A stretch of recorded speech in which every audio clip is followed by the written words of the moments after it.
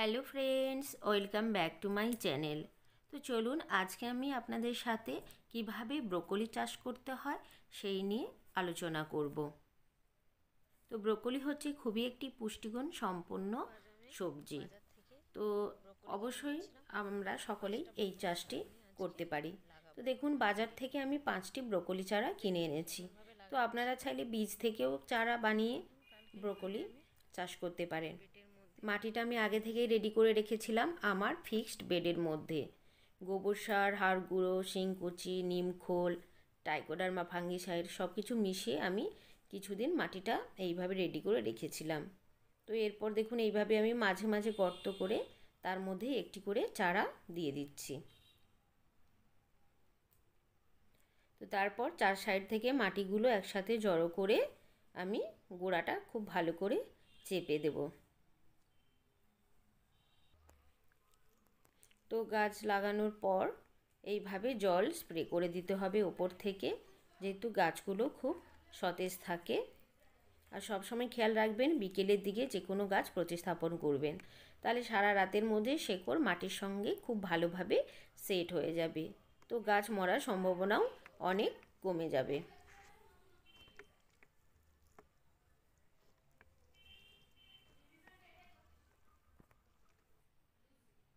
তো দেখুন, এটা গাছ লাগানোর পর 14 দিন পর।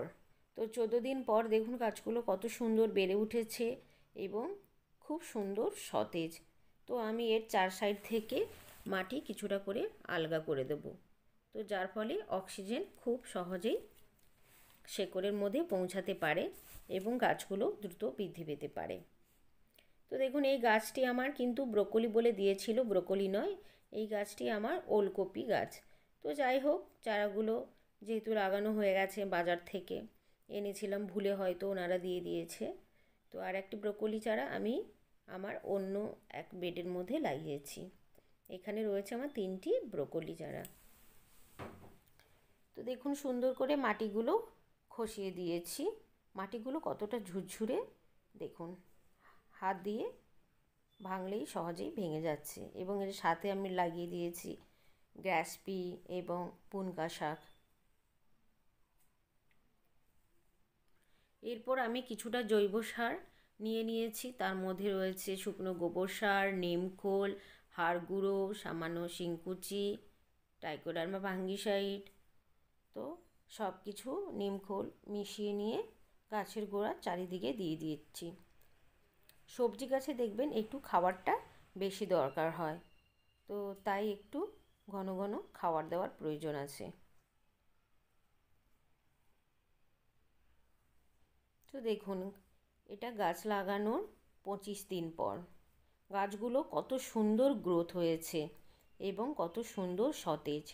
এখনও পর্যন্ত আমার গাছের পাতায় কোনো প্রকারের রোগ পোকার আক্রমণ হয়নি, কিন্তু তা সত্ত্বেও আমি সমস্ত গাছে যখন ইনসেকটিসাইড দিয়ে থাকি, ফাঙ্গিসাইড দিয়ে থাকি, তখন এই গাছেও দিয়ে দিই।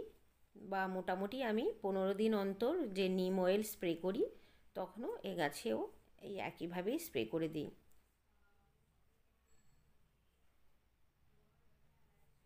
তো দেখুন, এটা 36 দিন পর, গাছ লাগানো থেকে 36 দিন পর গাছগুলো কত সুন্দর গ্রোথ হয়েছে, খুব দ্রুত বৃদ্ধি পাচ্ছে। তো মাটিটা যদি আপনারা খুব সুন্দর করে রেডি করেন, তাহলে গাছ খুব সহজেই বৃদ্ধি পায়। তো দেখুন, এটা গাছ লাগানো থেকে 50 দিন পর গাছগুলো কত সুন্দর বেড়ে উঠেছে। তো যেহেতু আমার বেডটা একটু উঁচু, তাই দেখাতে আমার একটু কষ্ট হচ্ছে। তো দেখুন, এই ব্রোকলিগুলো ছোট্ট ছোট্ট ব্রোকলি ধরে গেছে। যে কোনো সবজি 3 মাস মোটামুটি সময় লাগে সবজি পেতে, হারভেস্ট করতে। তো আমার দেখুন এখনও 2 মাস হয়নি, কিন্তু ছোট ছোট ব্রোকলি এসে গেছে।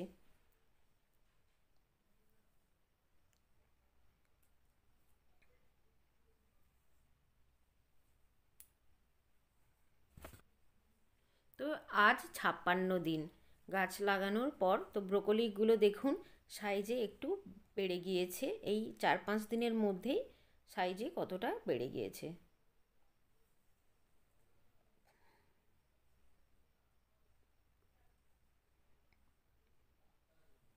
তো এই সময় গাছের উপযুক্ত পরিমাণে খাবারের খুব দরকার।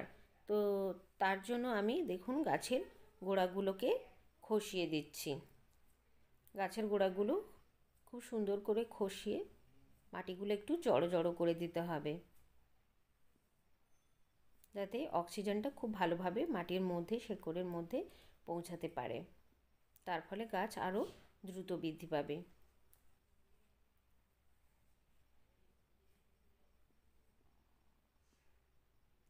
তো দেখুন এইভাবে মাটিগুলো জড়ো করার পর আমি এর মধ্যে দিয়ে দিয়েছি গোবর সার, হাড় গুঁড়ো, শিংকুচি, নিমখোল এবং সামান্য আমি এর মধ্যে দিয়ে দিয়েছি ছাই, অর্থাৎ কাঠকরলার ছাই এর মধ্যে আমি দিয়ে দিয়েছি। তো এরপর মাটিগুলো খোসানোর পর, সার দিয়ে দেওয়ার পর আমি এর মধ্যে দিয়ে দেবো জল।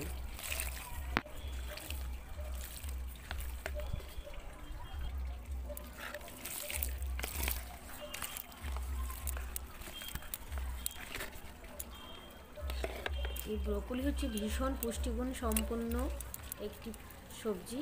অবশ্যই এটা আপনারা সবাই চাষ করবেন।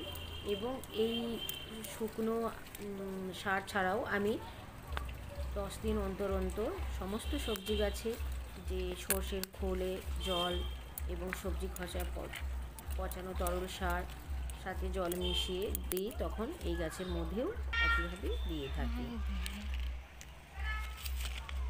তো এরপর যখন আমার ব্রোকলিগুলো বড় হয়ে যাবে, যখন আমি এই ব্রোকলিগুলো হারভেস্ট করব, তখন অবশ্যই আপনাদেরকে আবারও আমি আপডেট দেব। তো দেখুন এই ব্রোকলি গাছের সাইডে ছোট্ট ছোট্ট শাখা কিন্তু বের হচ্ছে। তো এই শাখাগুলোতেও কিন্তু ছোট ছোট ব্রোকলি ধরবে যখন আমরা ব্রোকলি হারভেস্ট করব। তাই আমরা পুরো গাছটা কিন্তু তুলে ফেলবো না। দেখুন এরকম জায়গা থেকে কিন্তু আমি ব্রোকলিটা কেটে নেব। তো আমার ভিডিওটা কেমন লাগলো অবশ্যই কমেন্ট করে জানাবেন এবং আমার চ্যানেলটি সাবস্ক্রাইব করে পাশে থাকবেন।